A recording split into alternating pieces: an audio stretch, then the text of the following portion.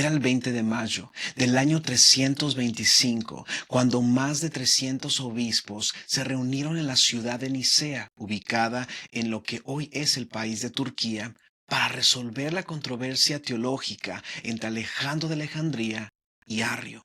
Y si te gustaría saber más sobre ellos, no olvides checar nuestro episodio anterior.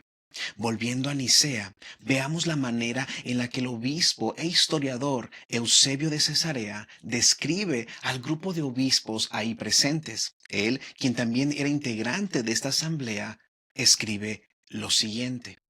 Allí se reunieron los más distinguidos ministros de Dios, de Europa, Libia y Asia. Una sola casa de oración, como si hubiera sido ampliada por obra de Dios. Cobijaba a sirios y cilicios, fenicios y árabes, delegados de la Palestina y del Egipto, tebanos y libios, junto a los que venían de la región de Mesopotamia. Había también un obispo persa, y tampoco faltaba un escita en la asamblea. El Ponto, Galacia, Panfilia, Capadocia, Asia y Frigia enviaron a sus obispos más distinguidos, junto a los que vivían en las zonas más recónditas de Tracia, Macedonia, Acaya y el Epiro.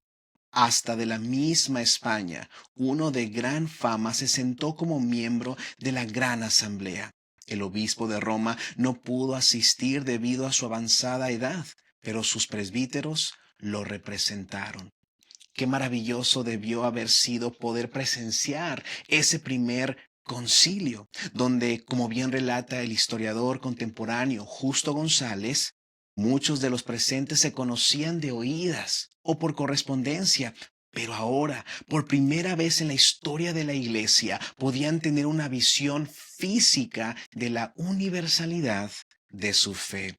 Ahora bien, respecto al tema por el que estaban reunidos en Nicea, es decir, si el Hijo de Dios era la primera y más exaltada criatura del Padre, que es lo que proponía Arrio, o si el Hijo de Dios era y es plenamente divino y por lo tanto igual en eternidad, poder y gloria que el Padre, que era la postura de Alejandro de Alejandría. De la historia sabemos que había tres grupos alrededor de este punto. ¿Cuáles eran estos grupos? El primero era un grupo de obispos que estaba en contra de las enseñanzas de Arrio, entre ellos Eustacio de Antioquía, Macario de Jerusalén y Ocio de Córdoba y por supuesto Alejandro de Alejandría. El segundo era un pequeño grupo de obispos arrianos dirigido por Eusebio de Nicomedia. ¿Por qué Eusebio y no Arrio? Porque Arrio no era obispo, sino presbítero, y por consiguiente no podía ser un delegado oficial de este concilio de obispos. Pero a pesar de que Arrio no fue un delegado en el concilio de Nicea, estuvo presente por invitación del emperador Constantino, y en varias ocasiones se le permitió explicar sus creencias. El tercer grupo, el cual era la mayoría de los obispos presentes, principal entre ellos Eusebio de Cesarea, querían lograr una posición conciliatoria, es decir, una solución en la que todos estuvieran de acuerdo, una solución en la que no se tuviera que condenar a nadie.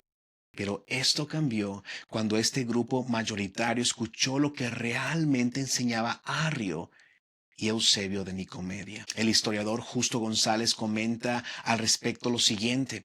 A los gritos de blasfemia, mentira y herejía, Eusebio de Nicomedia tuvo que callar y se nos cuenta que algunos de los presentes le arrancaron su discurso, lo hicieron pedazos y lo pisotearon. El resultado de todo esto fue que la actitud de la asamblea cambió. Ahora la mayoría estaba convencida de que era necesario condenar las doctrinas expuestas por Eusebio de Nicomedia.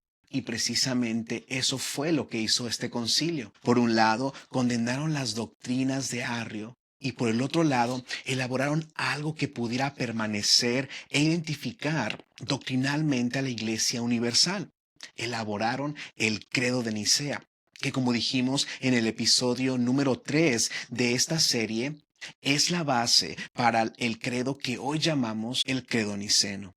Fue entonces a través de este primer documento que la iglesia formuló teológicamente una doctrina esencial de las Escrituras, que Jesucristo, el Hijo de Dios, es engendrado, no creado, de la misma naturaleza del Padre.